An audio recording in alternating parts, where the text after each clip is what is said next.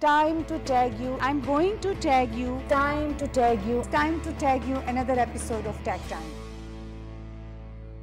Welcome to Tag Time. I'm your host Haleema Sadia. It's time to tag you. Another episode of Tag Time.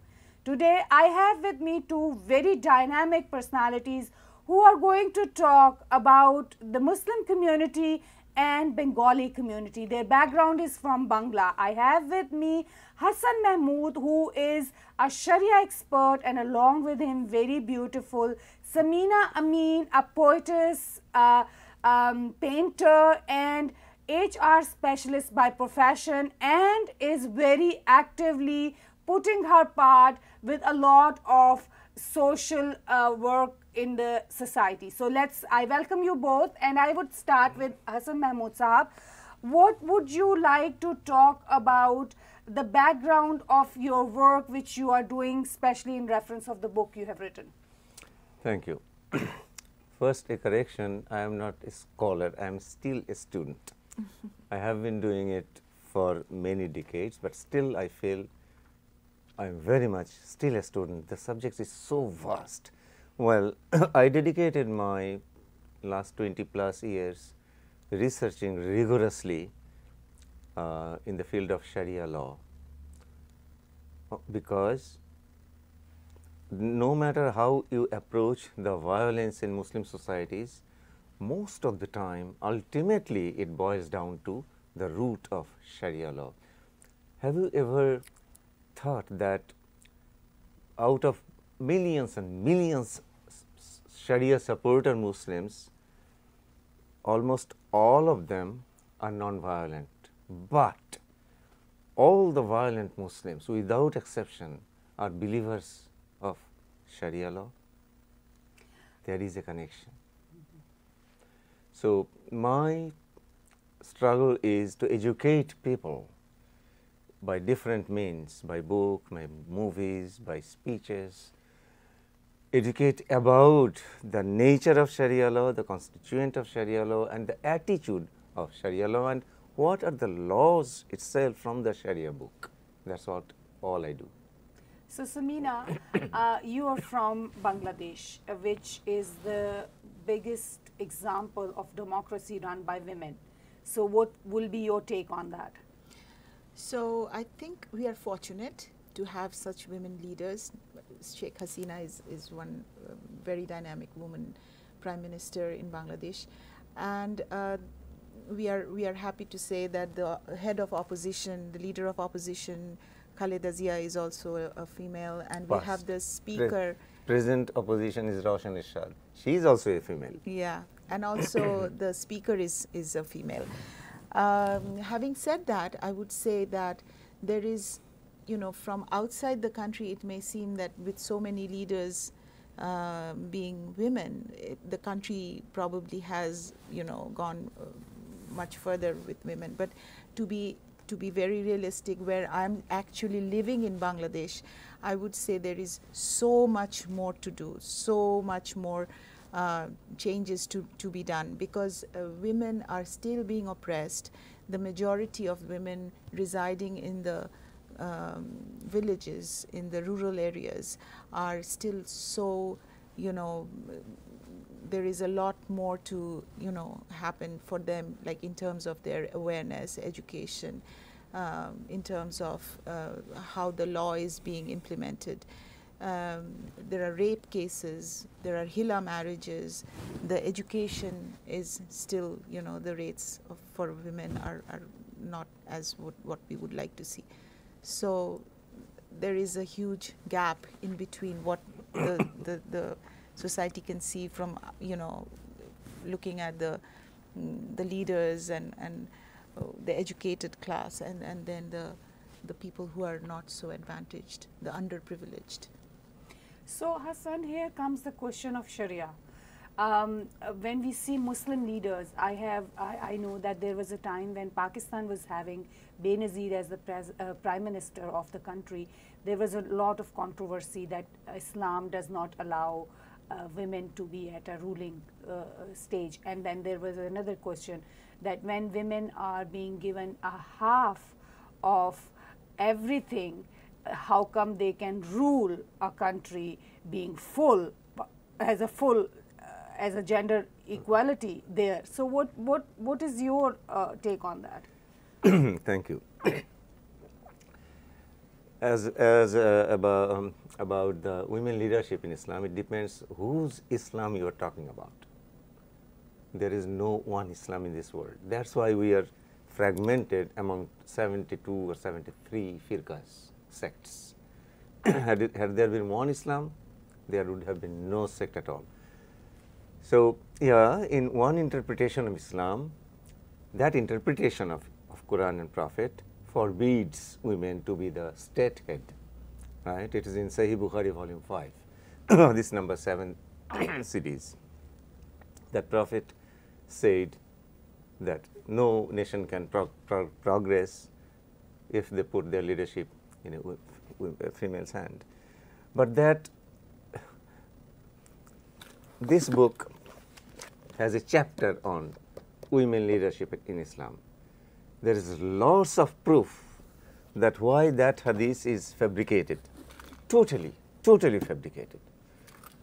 Plus, in Islamic history, in Khilafat time, we have the record of about 20 Muslim sovereign queens. Sovereign means widow. But we did have one head of the state in Turkey too who was female at a point. We have it in Mauritius, we had in Pakistan. What about Sukarno Putri of Indonesia, right? What about Sultana Razia of India, right? Sultana Razia is the only unmarried queen in human history. All these Muslim women, many of them had the support of central caliphate. That's why they had their coins of caliphate support on the coins, and one of the coins is still in Calcutta Museum, right? So, I mean, that is a very bad type of fabricated hadith. The tailor, the reporter of that hadith is only one person, and he disclosed it after 24 years after the death of the Prophet. For 24 years he was silent. There are many supporting evidence that this is a fallacious hadith, it's a conspiracy, but that interpretation of Islam had left no stone unturned to subjugate women. They did it in every way possible, and women leadership is just one of them. So what would you say, Samina, that how it affected the society, because predominantly Bangladesh is Muslim country. So how was the reaction, because how do you see this? The reaction of being women the head of the state, and it's a long history. So how would you? No, women have. I mean, people accepted it. They have been having women leaders in these positions for a very long time. People have accepted that. There is no question about it. But I would say that, you know, it's almost like a double standard. They see women in these leadership positions, they accept it, but when it comes to their own treatment with women at home, there is no change in it. They would beat their wives. Women are being raped. The law and order needs to, you know, tighten up a lot, and the rapists are not being, you know, brought into the court and into the you know, proper you know, legally they're not being, there are no trials happening, people cannot see the outcome being, you know, the justice being done. So those are the things that are happening in the undercurrent. But on top we see the women who are being leaders. So there is a gap, as I said, there is a huge gap, and there are people who are working on it. The government is working, you know, maybe there needs to be more happening, a lot more. So that is what I see, that people are actually, they do not apply the same standard, the philosophy, the principles, treating women with respect, with even on the streets, you know, people are having, women are not secure. A lot of women feel that they are not, you know, treated the way they should be. So we will talk further about your movement, your school taking care in that, and your work. So let's go for a break, short break, and we will continue our talk where we are going to talk about Hasan Mahmud's book, Sharia, how Shariaism hijacked Islam. So we will be seeing that what are the details about it. Stay with us. पिछले 10 सालों में Indus hospital ने ये कभी नहीं सोचा कि कैसे चलेगा ये अस्पताल जहां हो बिल्कुल मुफ्त मियारी इलाज। सोचा है तो खुदा की रजा का, जिसने बनाया है आपको वसीला इंडस हॉस्पिटल का। 11 अस्पताल, सैकड़ों क्लिनिक्स के साथ इंडस हॉस्पिटल अब पाकिस्तान के 41 डिस्ट्रिक्ट्स में। इसीलिए ज़रूरी है आपका साथ।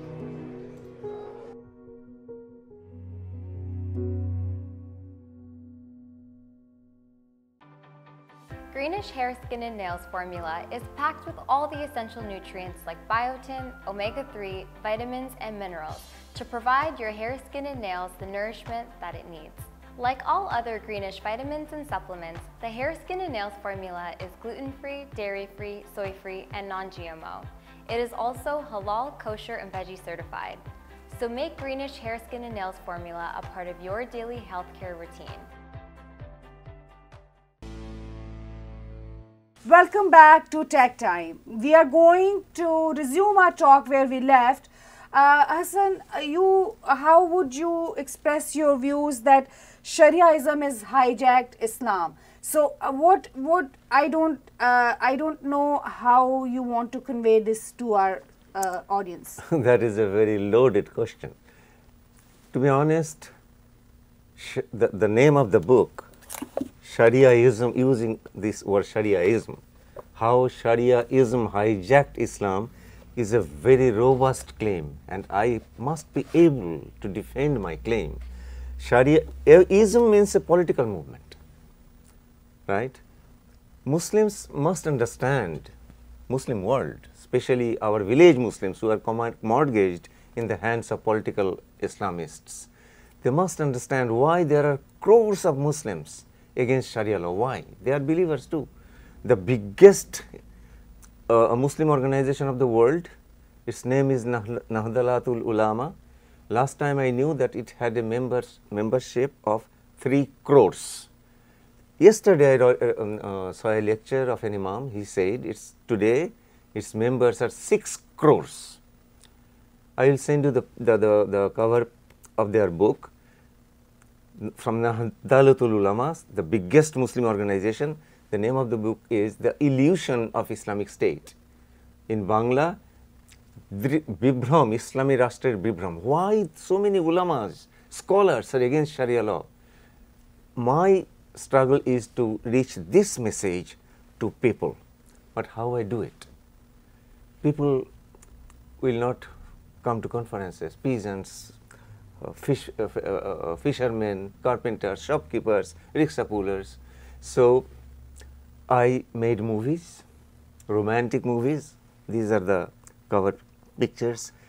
But in those romantic and emotionally loaded stories, I inserted references one after another from Sharia law, from the Quran, from the Hadith, in an unbiased way, in positive, in support of, in against of, so that people can make up their mind.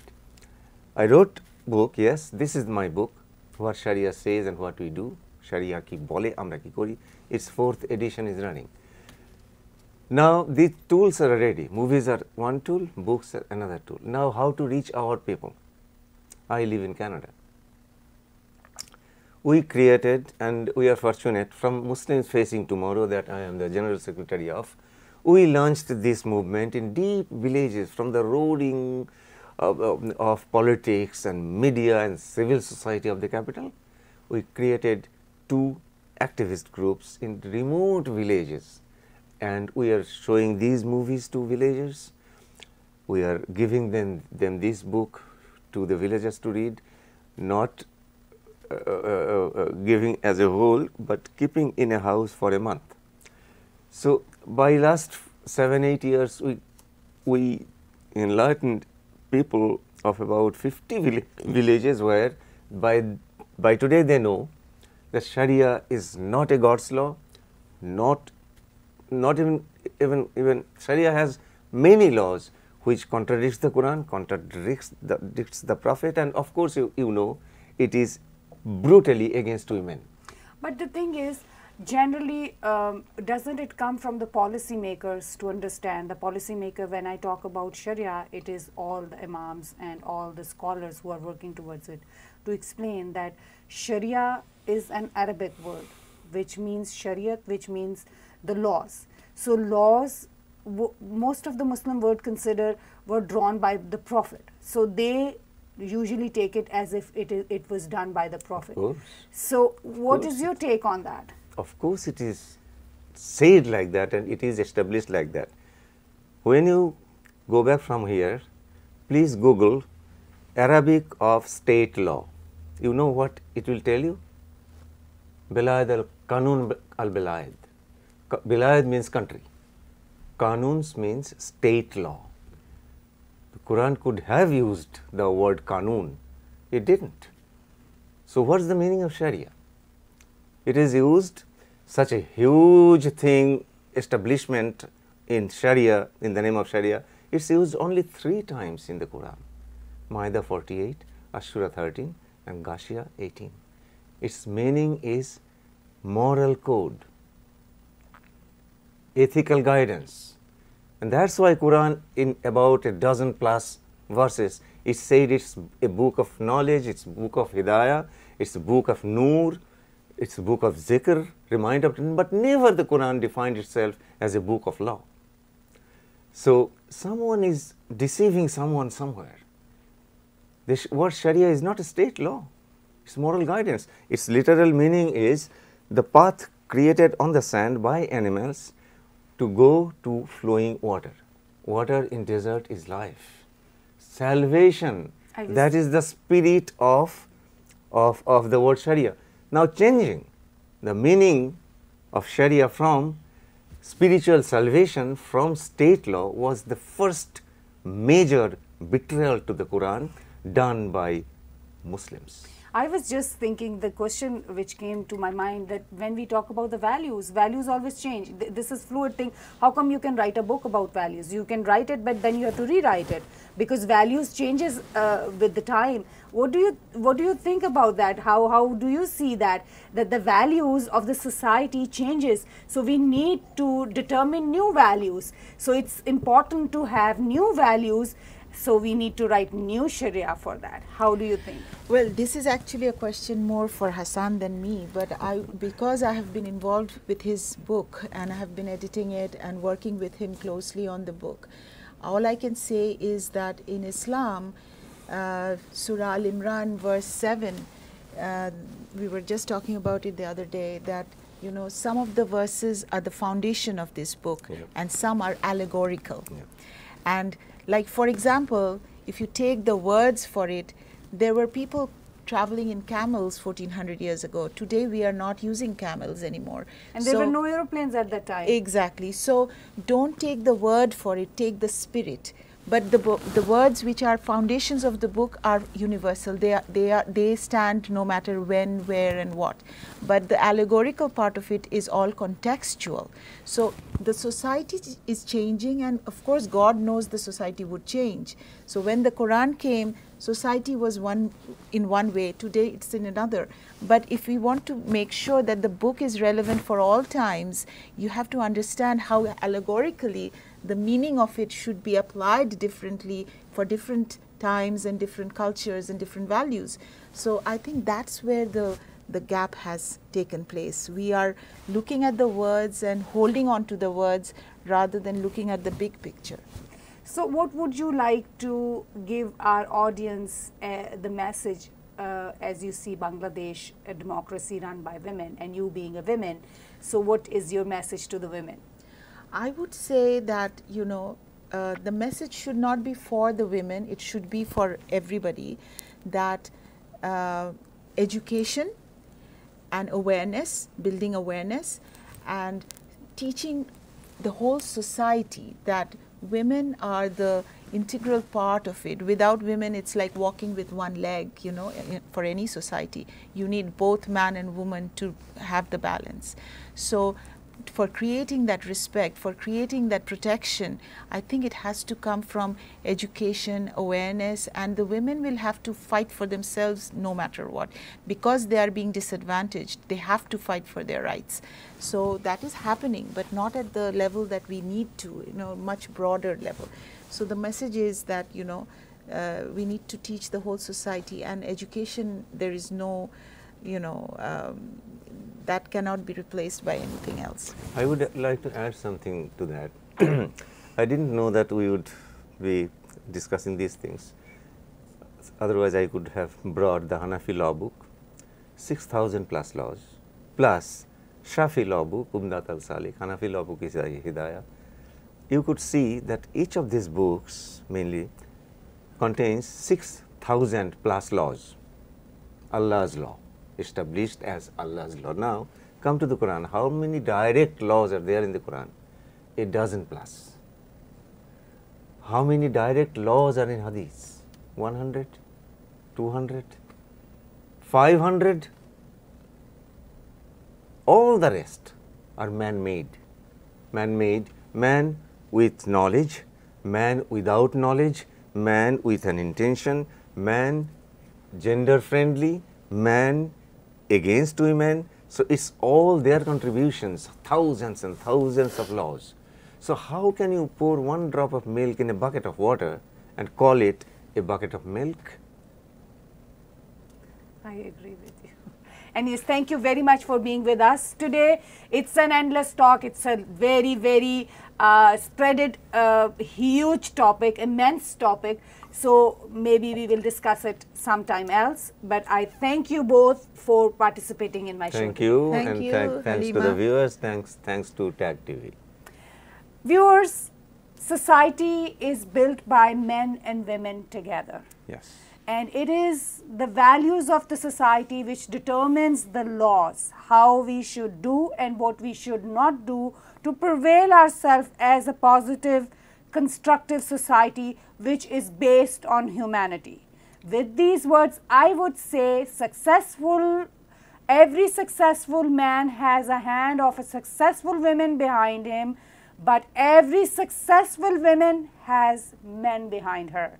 This is, if we think, if we ponder upon, we will realize that societies are built by both equally sharing. We should only prevail, we should let only prevail those values, those systems which are based on rationality with us. With these words, thank you very much for watching my show today.